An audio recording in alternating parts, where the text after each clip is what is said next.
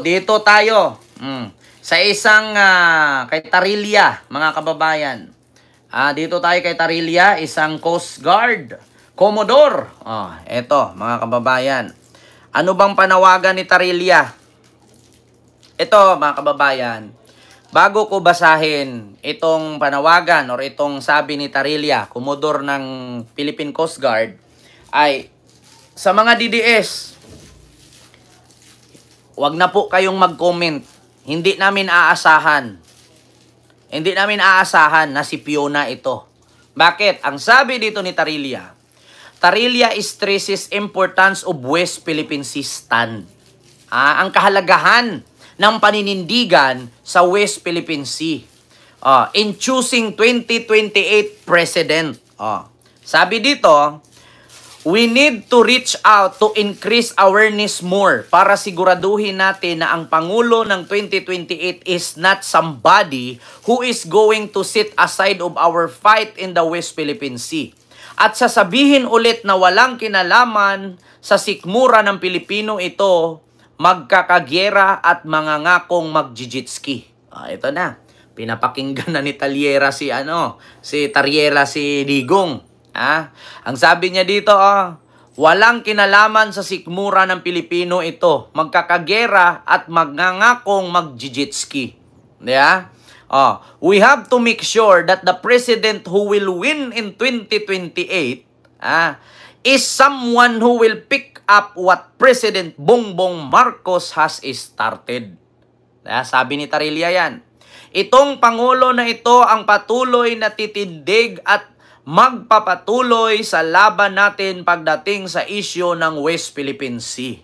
Ngayon, Commodore Tarilla ng PSG spokesperson for the West Philippine Sea, huwag ka na pong mag-expect na kung si Sara Duterte ang maging presidente ay maninindigan si Sara dyan. Ibigay pa nila lahat yan. Baka tayuan pa niya ng gasoline station yan. Baka tayuan pa ng basketball court yan. Wala tayong aasahan kay Sara Duterte na maninindigan dyan. Bakit? Nakalimutan mo ba, Commodore Tarilla? Yung mga Coast Guard na binumba ng water cannon ng Chinese Coast Guard, meron bang statement lahat ng Duterte camp doon? Nga. Maskin tinga ni Digong, maskin luga ni Digong, maskin lungad ni Sara, wala kang maririnig nun maskin bulong man lang. Kawawa naman yung Coast Guard, naputulan ng daliri. Kawawa naman yung Coast Guard, tinaga ang rubber boat. Wala kang naririnig doon. Wala kang aasahan pagdating kay Sara. Sa totoo lang, mga kababayan. Wala kang aasahan dyan.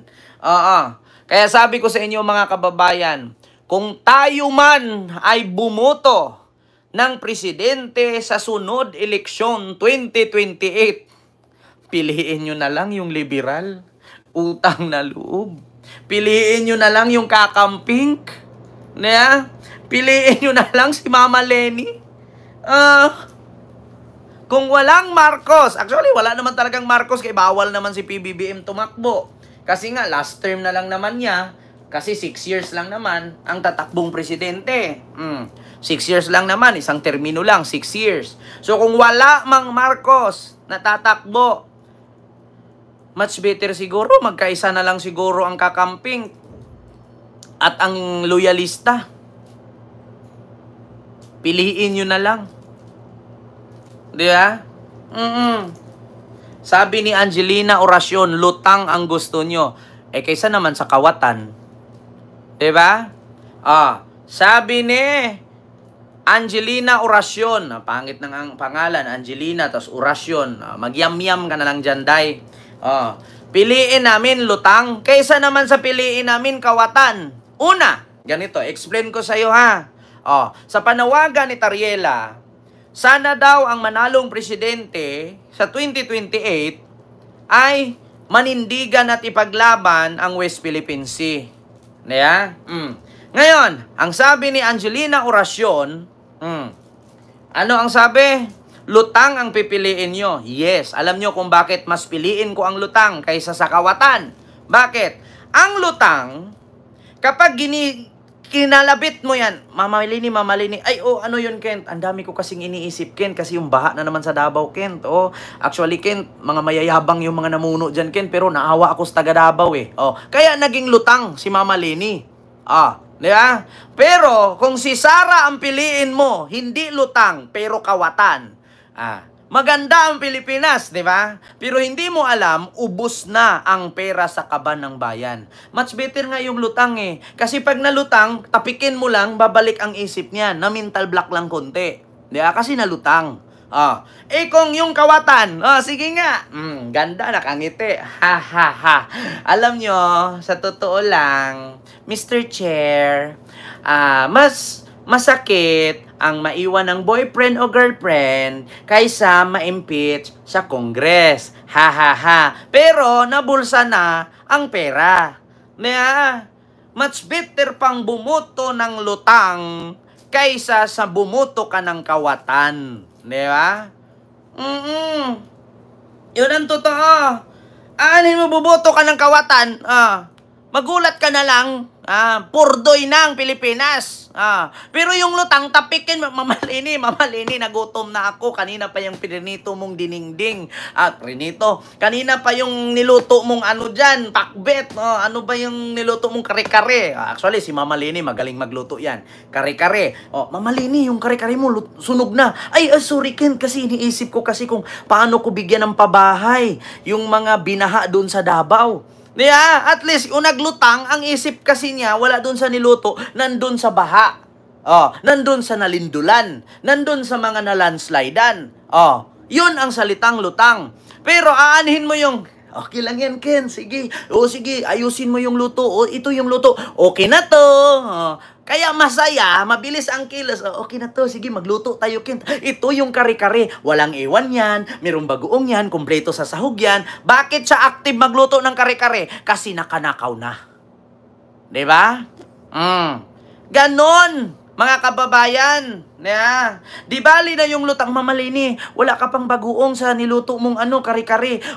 Pasensya na, Ken, naisip ko kasi yung mga niririp ni Kibuloy, naawa ako sa mga kababaihan na nirip niya.